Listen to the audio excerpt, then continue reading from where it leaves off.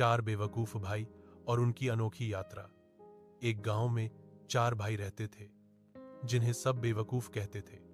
एक दिन उन्होंने फैसला किया कि वे शहर जाएंगे। रास्ते में बड़े भाई ने कहा, निशान लगाते हैं। दूसरा बोला, मैं जूतों की लेस फेंकूंगा। तीसरा बोला, सूरज के पीछे चलें। चौथा हंसा, किस्मत सब दिखा देगी।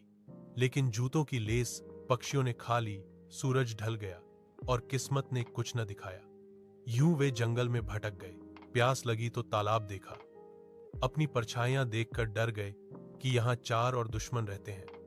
भूख लगी तो खाना ढूंढने लगे, मगर शहद की मक्खियों ने भगा दिया। आखिरकार एक बुजुर्ग ने समझाया, तुम बेवकूफ नहीं, बस इद्दी हो। अगर सब एक दूसरे की बात सुनो तो कामयाब हो जाओगे।